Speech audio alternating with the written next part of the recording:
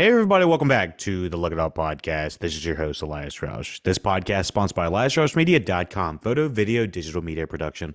Today, we are discussing the Season 3, Episode 10, season finale of Netflix's You. Let me rewind the clocks a little bit. All of this season dropped on October 15th, 2021. It feels like I've lived another lifetime since then. I don't know what happened to the original file to this review, but I can't find it. I don't know. I don't know if I ever recorded it. It's just kind of a blur. So we're going back on the day of the season 4 dropping for you and going back and analyzing this previous episode before jumping in season 4 of you. Maybe having a little bit of predictions at the end if we're feeling up to it. But overall, I want to have a complete complete book on season 3 and a little respective review in my head. Yeah, for the viewers, the listeners, everybody that's listening. Of course, we are available on multiple platforms: SoundCloud, YouTube, your favorite podcast provider. Just check it out. We're probably on there. Google, LuckyDogPodcast.com. We're on the internets. We're on the internets. Yeah. And anything else past that? Oh, Patreon. We are really trying to push Patreon this year. We are actually offering some free full reviews of animated cartoons, anything from reviews that we have been looking at retrospectively. We are trying to allow free access to Patreon, the Patreon page as well. So what we're doing is we have the paywall up there of $1, $2, $3, and those will continue to go, but we will also be adding free content on the Patreon. So be sure to check out patreon.com/LuckyDog for the full reviews, whether you're trying to support through one of the paywalls, or if you want to just listen or watch one of the reviews that are going up there.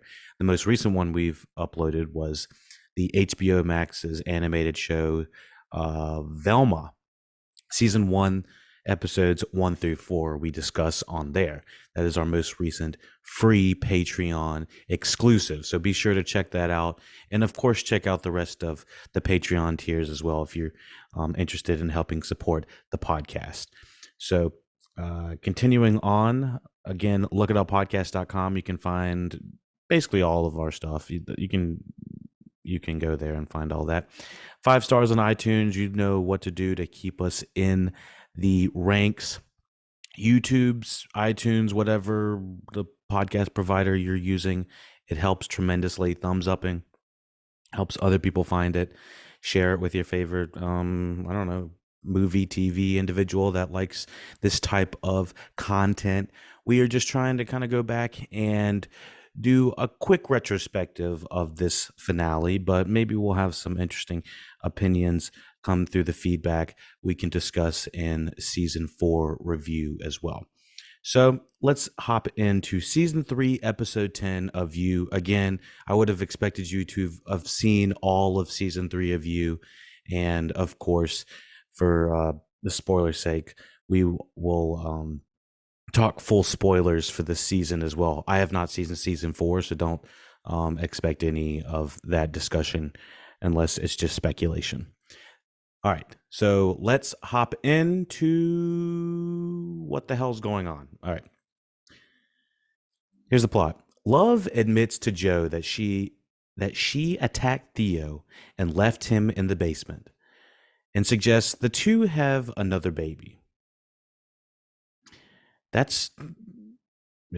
Instantly, that's a bad idea in my opinion. After I went back and rewatched this, I was like, that's a bad idea. Joe discovers Theo is alive and takes him to the hospital. Going back and thinking about it, I thought Theo died. I kind of forgot most of this last finale episode when I was going back. I was like, did Theo die? Did his wife and him move to another country? What the hell happened? And when I was going back, I was like, oh, whoa, and then we have like finding out that Theo's got bashed over the head, fell down the stairs, and then you're like, "Oh, is Joe gonna kill him? Is Joe gonna fucking do this? Just end it right here?" He ends up being somewhat of a decent guy right here, and he's like, "Okay, I won't kill him, but I'll drop him off at the hospital." But we'll have his crazy father end up come through and find Joe like on the fucking floor. We'll go through all that.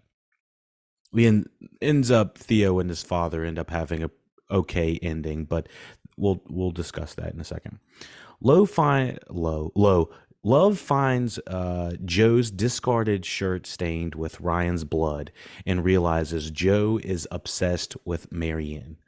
And so through the season, there has been a big divergence of like Joe really wanting to be in this relationship. It was almost at first he was like head over heels for love, and then finding out slowly this is not really what he wants. This ain't the smoke you want, man. And so he's slowly trying to pull out of it a little bit, but then he becomes intertwined and obsessed with another individual, his boss, Marianne. And Marianne has this other individual who happens to be a newscaster guy who happens to be an abusive asshole. So Joe has to hit him with a and then, send them to a trip to Belize or whatever I forgot what the saying is, but give him a vacation he ain't going to come back from. And wink, wink for the audio listeners. So Joe takes care of Marianne's guy, kind of beknownst to her. She confronts him at the diner. Sorry, Love. Love confronts him at dinner where Joe asks for a divorce. And at this point we have seen Love just, Joe has already analyzed that something's wrong with Love, and something's at this point he's going to have to go take care of some bodies, and that's when he has to go take care of Theo. He ends up not killing Theo and giving Theo life to taking him to the hospital. From there, that's where he goes and they're going to have dinner. She's like, shit's going down.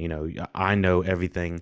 I've been a great wife. I'm great in bed. I'm sexy. I'm this and that. And Joe is just kind of like looking at her, and you can hear his inner monologue. And he's like, "Oh fuck, she fucking knows." Like, it's like there's like the 3-step reveal of what's going on, and then she's like, "Why don't you just sit fucking down?" Like, she's like kind of a little bit over passive aggressive, and you're like, "Oh fuck," and so it all comes down to dinner and Love. And so Joe asks for a divorce. She goes and takes care of the baby real quick, and they're starting to have this really big argument. And Love ends. Joe grabs this knife that is for the chicken, what they were going to cut the chicken with, and he's like grabbing it for self-defense. And when Love comes back, she's already thought about it, and they're playing like a game of mental chess with each other over here for this entire episode of, oh shit, she's probably gonna do this, so I gotta do this, and he's probably gonna do this, so I gotta do that. So she poisons him, but he like predicts it in some sort of fashion, so in advance he has already taken some adrenaline, I believe. And so that comes into play in a minute. Love paralyzes, but in the meantime, Love paralyzes Joe with aconite, which she confesses to have killed accidentally killed James with, and calls Marion to the house, planning to kill her. At this point, Love is completely gone off the rails. It's like she's completely gone. I forgot how toxic Joe is. Joe is gaslighting 101. She's ready to put out the flames to everything, take out Marianne. She's ready to take everything out. But with saying that, I do feel like they're just very toxic for each other. At one point, I think they said that, she's like, before I forget it, she's like, we're bad for Henry, which is their son, but we are good for each other, perfect for each other, which I think is a pretty good line. I think that's possible. Maybe two toxic individuals are maybe good for each other, but in some sort of way, but not good for their kids or spouses or friends or family or something like that. Maybe that's accurate. Still very toxic to watch. So Love calls Marion to the house, plan to kill her. While Love is away to deliver an order for her friends, Matthew discovers the Theo's father. Matthew discovers a paralyzed Joe. He's like, "Oh, dude, what the fuck's going on?" And he's like, Joe's like, "Oh my god, help!" He's like, he's got like the thing over his gagged. He's like paralyzed, can't move, ass up. He's like in the worst position ever. And Joe's like, sorry, Matthews, he's going like feeling up all, and he's like, "Well, what the fuck are you doing? Where the hell's my son?" Bam! And I think he slaps Joe while he's like paralyzed. And I was like, "Damn!" I was like, "He's not playing." I was like, maybe he doesn't like this actor. And so I was like, this is a lot more intense than I thought. But if you thought someone was responsible for the death of your loved one, family member, it'd be hard, and they were paralyzed on the floor, and it was that fresh of a wound. It's hard to tell what anybody would do in that situation. The fact that he probably didn't rough him up more is probably a little bit more noteworthy there. He's not completely a shitbag, I guess. Not a great guy, but not a shitbag. And Joe's thought, you thinking, oh, this guy is a tech guy. Look, and he's like trying to get him to use his eyes, like Morse code. He's like, yeah, yeah, yeah. Look into the pocket. Yeah, Theo is okay. Look at the search thing.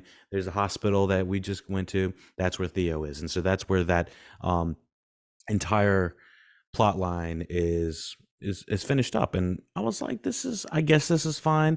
I was not crazy about the whole Theo love story, although it does kind of give some meat on the bone for that side. And you're just like, oh fuck, when Joe finds out that his wife is cheating, what's gonna happen? And then it ends up being Theo getting whacked by Love at the end, and saved by Joe, which is kind of interesting. So yeah, Matthew discovers a paralyzed Joe who realizes Theo's location to him. Who reveals Theo's location to him. Love returns and reveals to a horrified Marianne, that Joe killed Ryan, but relents from killing her when Marian's daughter interrupts. And they're like having some back to back, like, you fuck my husband, you doing this. And this is like, oh my god. Joe's like on the side, oh my god. Like Marian never sees Joe on the floor. And I thought that was kind of, I didn't think it was ridiculous, but I was like, Love, you're seriously just going to leave Joe on the floor with the possibility of getting back up and ruining your entire plan? I mean, Love's not thinking correctly at this point. She's like, oh my gosh, she's kind of going love sick crazy or something like that. I'm not even sure what the right word would be right here. It's absolutely abusive to many levels, but once she's has Marion cornered, I was like, this girl is dead. She's so dead. And then when the daughter walks in, Marion's daughter, like, Marion has no idea how much danger she is in, to be honest. She is just like, I guess it's fine, nothing to see here. But then Marion's daughter comes in. Oh, can she use the restroom? Oh yeah. Oh, loves it. Oh, fine. Let me just put the steak knife back behind me. It's all good. And uh, you know, basically Marion and a daughter, she's like, Marion, you need to leave. You and a daughter need to leave, never come back. And we're like, okay. And Love is just like, Joe, as once the two leave and they're safe, she's like, Joe, I cannot believe I almost just killed those two individuals. I almost killed that lady's daughter, or sorry, that lady's mother. And that would have been the worst thing ever. And then she goes into the kitchen and starts sharpening the knife. I was like, oh, fuck.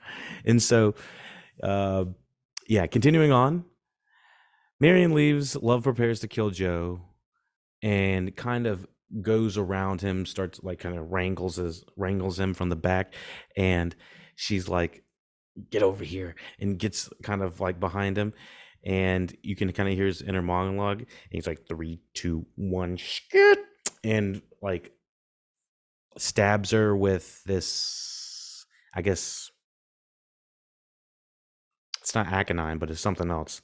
Stabs her with injects her with a lethal dose of aconite. Okay, so it is aconite. Having known about the poison and taken an antidote beforehand. You see, they're playing mental chess with each other the whole time. He's like, maybe she does this, but maybe he does this, but maybe she does this. And she's like completely unaware about what that actually happening. She just didn't even think about it. And so Joe basically gets up and he starts to, come back, and he's just talking to her. He's like, he's saying like, didn't happen this way, that type of thing. And Joe stages a murder suicide, writing a note framing love for all the Madre Linda murders and setting the house on fire. On the B plot line, the Conrads. These guys, this couple was my favorite couple to follow, I think, throughout season 3. I know there was some crazy like kind of sex and drug induced fun time with everybody, but with saying that, I thought that they are some of the most funny. Shalita Grant and Travis Van Winkle. I think Travis Van Winkle, I remember seeing him from Transformers is what I remember him in the most. And Shalita Grant is NCIS, Search Party, Santa Clarita Diet. They're both great comedic actors, and they play a believable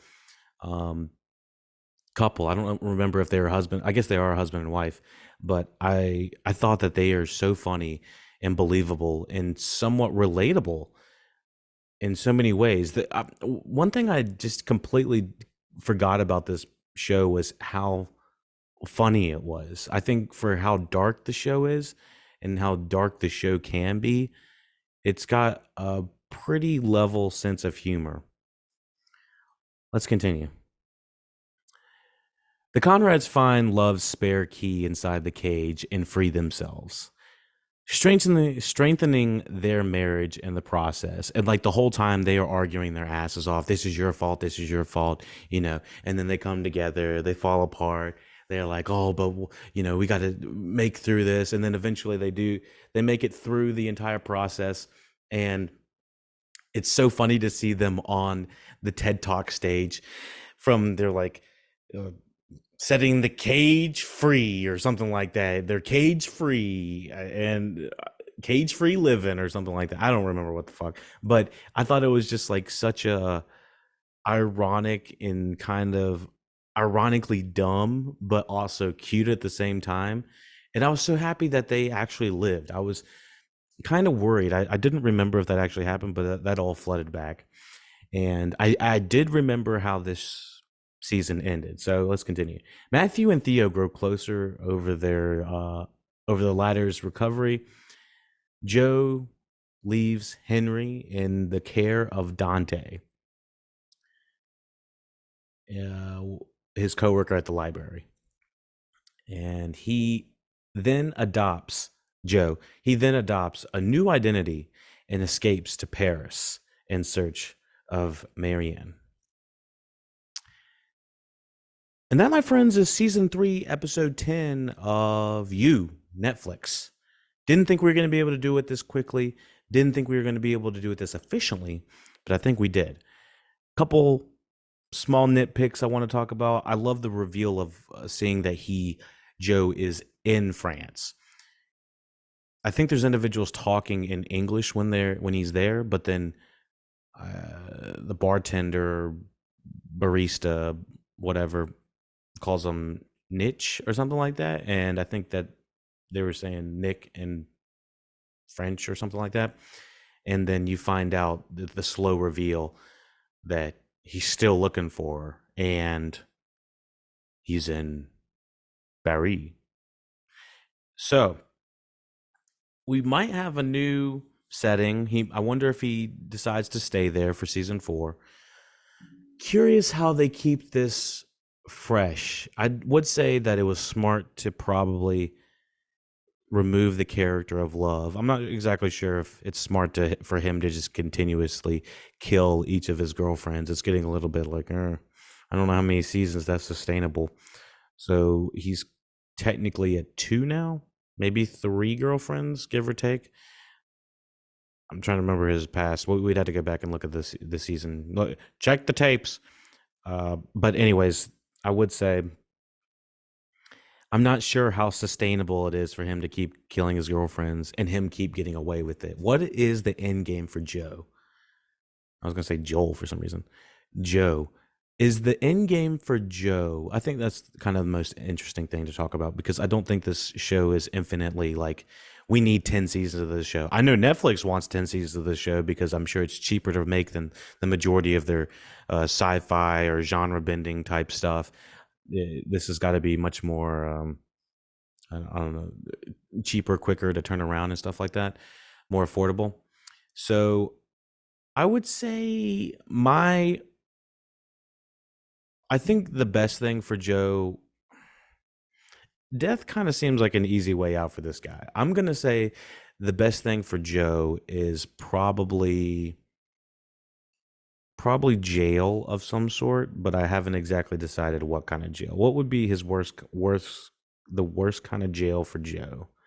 Because I feel like standard jail's not enough, and he's more of a grifter. He would get out of it pretty quickly. Something we got to think of the end game for him. I'll be thinking about that for season 4 podcast. Like, what is the end game for Joe? I definitely think that, he needs to either settle one. He basically just gave up his whole entire family life that I felt like the majority of season 3 was kind of focusing on and really leading into. It's hard to guess. Everyone would compare this to like Dexter, and that kind of ran off the rails around season 4, season 5, season 6. It got a little bit hairy there, and they even tried to bring it back, and people were like, no, no, no, we don't need this anymore, So I'm kind of at a loss for words about where they should probably go with it. Like, I'm thinking jail's probably the end game for this type of individual, but because death seems a little bit too easy. Like, he needs to have to reckon with all these demons and all these individuals that he's buried. He has a lot of bodies. And so it's just, what is the right thing? What would be the right thing for an individual like Joe to get? What is what would be justice? Another thing is, this entire season was discussing kind of how Joe was, on the search for his mother at a certain point, and just being unwanted, and how that is kind of reflecting into his daily life and in his, day to day. I'm kind of good on the flashbacks at this point. I don't really need to see too much more of young Joe being abused. I'm not exactly sure if that's enlightening anything. Like, I already kind of feel bad enough for this guy, but he's also done enough despicable things that I'm like, all right, the roosters need to kind of come home to roost, and maybe we need to get somebody. You know what? We need to get somebody to start getting Joe tailed. Like, he needs to have a formidable foe. Most of them have been the individual he's into. So that's the biggest thing, is like he's been like, love was his biggest foe, and I'm not sure if we're going to be able to have someone take him down in that same sort of manner unless she is in the force of some way. It'd be kind of interesting if he was dating a cop and he didn't know it. I'm not sure how that would be possible, but I wonder if that's where season 4 goes. I wonder if we stay in Paris or if we come back to the States. Very curious about all this. Anyways, let me know what you think about season 3, episode 10, and the entire season 3 catalog, all of that good stuff. Let me know what you thought about the reviews. I know this was literally a year and like forever after it's come out, but better late than never, right? And then, of course, anyone that's watching season 4 can come back and listen and watch the review on season 3, episode 10, to kind of get a nice refresher and be like, oh shit, that happened. Oh shit, that happened. Oh shit, the Conrads shot each other. Oh shit, just random stuff like that. And yeah, I hope this was helpful. Thank you for listening, watching LuckyDog Podcast. please rate 5 stars on iTunes. Like Dedra MC, got to give her another shout out. She gave us a 5-star review, says she listens to every cast. You already know, be like Dedra. Let us know how we can improve. We got the SoundCloud, we got all the podcast providers up and running. LuckyDogPodcast.com. Of course, we have tons of reviews coming down the pipe, free reviews that are available on Patreon as well, that are exclusives. And of course, you know what to do. Take it easy. Take it easy. Take it easy. Hey, take it easy. And we'll be back for you, season 4.